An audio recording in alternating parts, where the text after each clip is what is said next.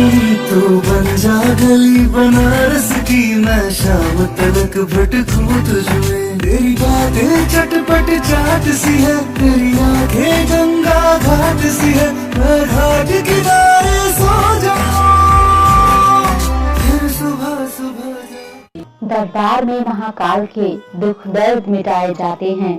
दुनिया के सताए लोग यहाँ सीने से लगाए जाते हैं। जिंदगी की झंझावतों से निराश हो चुके लोगों के दुखों का अंत जब कहीं नहीं होता, तो भगवान कीनाराम मुक्ति का रास्ता बताते हैं। ऐसा रास्ता जहां न चांडालों का वश चलता है और न अकाल मौतें होती हैं।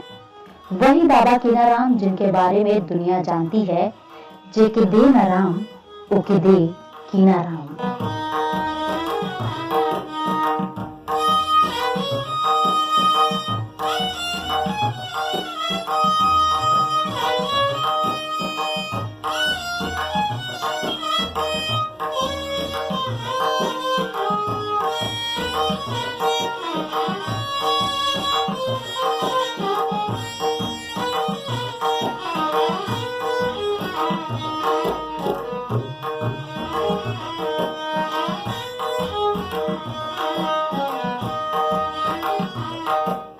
रविंद्रपुरी कॉलोनी में है बाबा कीनाराम की तपोस्थली। यहाँ एक ऐसा कुंड है जिसे कृम कुंड के नाम से जाना जाता है।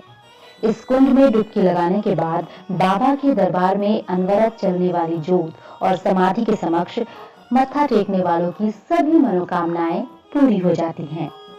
कृम कुंड की महिमा अपरंपार है।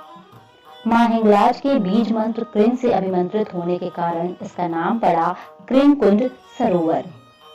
अघोर साधना के इस केंद्र में मछली, चावल और शराब का प्रसाद चढ़ाया जाता है। हर शनिवार को प्रसाद के रूप में यही श्रद्धालुओं को बांटा भी जाता है।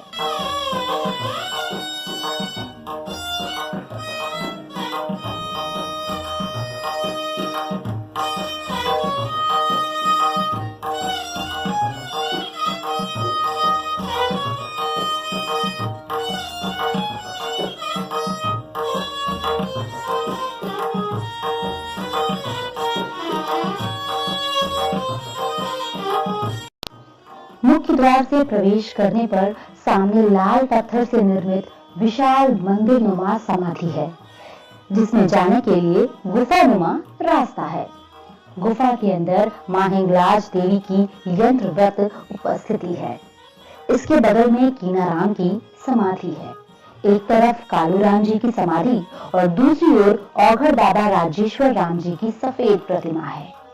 कृम कुंड परिसर में ही दाहिनी तरफ एक प्राचीन कुआं है, जिसके जल को ग्रहण करने से सभी तरह के रोग दूर होते हैं। इस कुएं पर कीनाराम के पद चिन्ह स्थापित किए गए हैं। कहा जाता है कि कीनाराम जी इसी कुएं में कूदकर अदृश्य हो गए थे। भक्तों के अनुरोध पर उन्होंने कहा, तुम जाओ, मैं आऊंगा। इसी के प्रतीक स्वरूप यह पद चिन्ह स्थापित किया गया है। कृम कुंड परिसर में एक सफेद आसन है, जिस पर महाराज कीनाराम विशेष अवसरों पर आसन ग्रहण करते थे। कीनाराम के समाधि ग्रहण करने के पश्चात इस आसन को तत्कालीन गुरु ने बारादरी में स्थित कर दिया। इस आसन से उत्तर दिशा की ओर ही कृम कुंड है।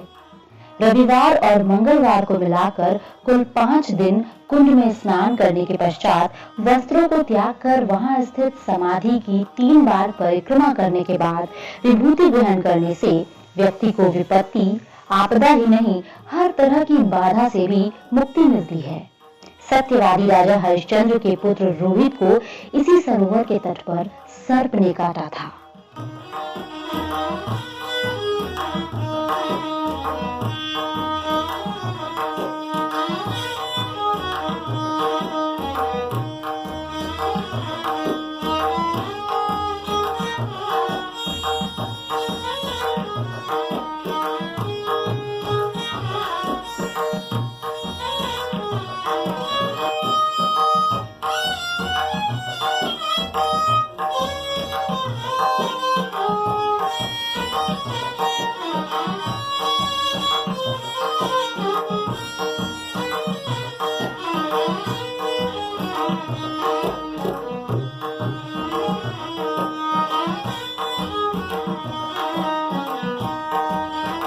दोस्तों, भगवान कीनाराम की तपोस्थली में हर समय जलती रहती है अखंड अलख।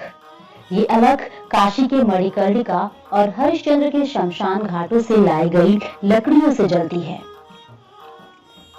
इस धूनी को साक्षात आग्नेय रुद्र का स्वरूप माना जाता है। इसकी राख को विभूति कहा जाता है। ये प्रसाद सभी भक्तों को वितरित किया जाता है। कृम कुंड परिसर में दक्षिण की ओर विशाल और भव्य समाधियां हैं। बाबा कीनाराम के साथ ही 11 अघोर पीठाधीशों के समाधियों की श्रृंखला है। इन्हें एकादश रुद्र का स्वरूप माना जाता है। इन समाधियों के ऊपरी भाग पर भंगलिंगात्मक यंत्र बना हुआ है, जिसकी अर्चना करने से हर तरह की सिद्धि हासिल की जा सकती है। यहाँ आने वाले भक्त कुछ इस तरह गुनगुनाते हैं। तेरी आंखों की मस्ती में लाखों दिल डूबते हैं, तेरे नाम को गाकर लाखों दिल झूमते हैं। न जाने कहाँ ठिकाना है तेरा मेरे भोले, तेरे दर्शन को बेचैन हजारों लोग ढूंढते हैं। दोस्तों, औघड़ संत भगवान कीनाराम काशीपुराधिपति के ही अंश माने जाते रहे हैं। उनकी तपस्या और परोपकार का भाव दुनिया भर में चर्चित है। मिथक ये भी है कि जिस दंपति को भगवान राम संतान नहीं दे सकते, उन्हें कीनाराम की कृपा से संतान मिल सकती है। इसी आस्था के वशीभूत होकर हर रोज बड़ी संख्या में लोग बाबा के दरबार में पहुंचते हैं। भक्त यहाँ पवित्र कृमकुंड में डुबकी लगाते हैं, अनवरत जोत पर मत्था टेकते हैं। जिन बच्चों को शिखंडी होता है, उन्हें लगातार 5 रविवार और मंगलवार को कृमकुंड में स्नान कराने पर इस रोग से मुक्ति मिल जाती है। इसी मान्यता के चलते यहाँ सुबह से शाम तक आस्थावानों की लंबी कतारें लगती हैं। अघोर साधना का ये केंद्र संत कीनाराम के कारण प्रसिद्ध हुआ। दोस्तों, संवत 1684 में चंदौली जिले के रामगढ़ में कीनाराम का जन्म हुआ था। मां हिंगलाज देवी का आदेश मिलने पर उन्होंने काशी के शिवाला क्षेत्र में कृमकुंड को अपनी साधना का केंद्र बनाया था। साल 1961 में अघोरेश्वर भगवान राम ने राजघाट पुल के पास पड़ाव पर सर्वेश्वरी समूह की स्थापना की। यहीं से बाबा अवधूत भगवान राम ने अघोर परंपरा में एक नया अध्याय आरंभ किया। उनका मत था औघड़ी साधना को समाजोन्मुखी बनाया जाए। मौजूदा समय में देश विदेश में सर्वेश्वरी समूह की करीब 130 शाखाएं हैं। पीठाधीश्वर औघड़ संभवराम सर्वेश्वरी समूह के अध्यक्ष भी हैं। पड़ाव स्थित सर्वेश्वरी समूह के पास ही अघोरेश्वर भगवान राम की समाधि है। सर्वेश्वरी समूह आश्रम में आने के बाद भक्त समाधि का दर्शन करना नहीं भूलते हैं। दोस्तों, अघोर परंपरा का उद्गम सृष्टि के निर्माण से ही है। कहा जाता है कि भगवान शिव इस दुनिया के पहले अघोरी थे। उत्तर भारत में भगवान शिव को औघड़दानी कहने का चलन बरसों पुराना है। किसी भी समय काल में विधाता की संपूर्ण शक्ति को समाहित किए पृथ्वी पर हमेशा एक अघोरी मानव तन में विचरण करते रहे हैं। हालांकि इन दिनों स्वयंभू पत्रकारों ने कई ढोंगी अघोरियों को ढूंढ निकाला है। कुकुरमुत्ते की तरह ये भय मिश्रित सनसनी के नायक से ज्यादा कुछ भी नहीं है।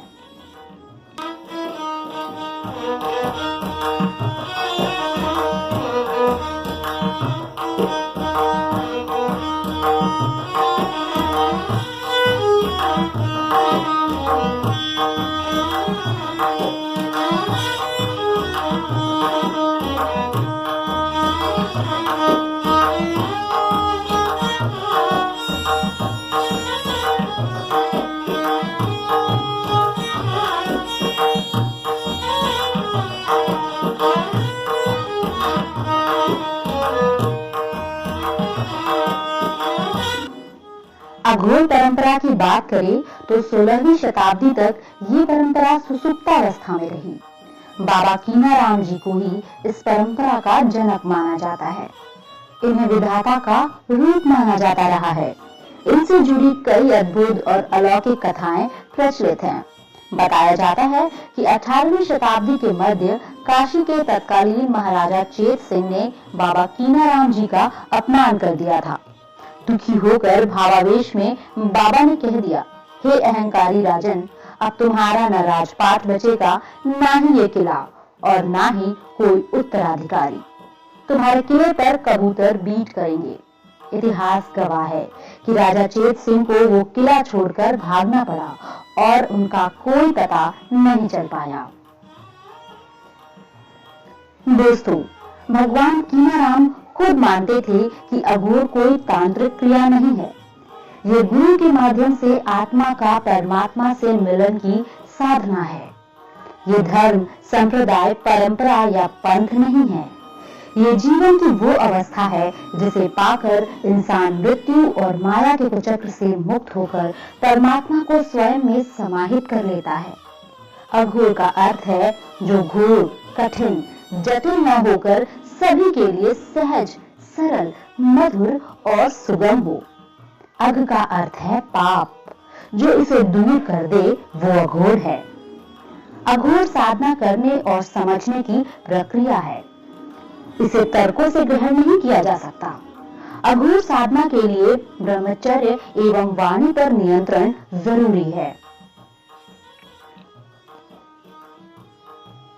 इसे यूं भी कह सकते हैं, शिव का अघोरी वो जो शमशान ढूंढता है, दफनाने की ख्वाहिशें कब्रिस्तान ढूंढता है।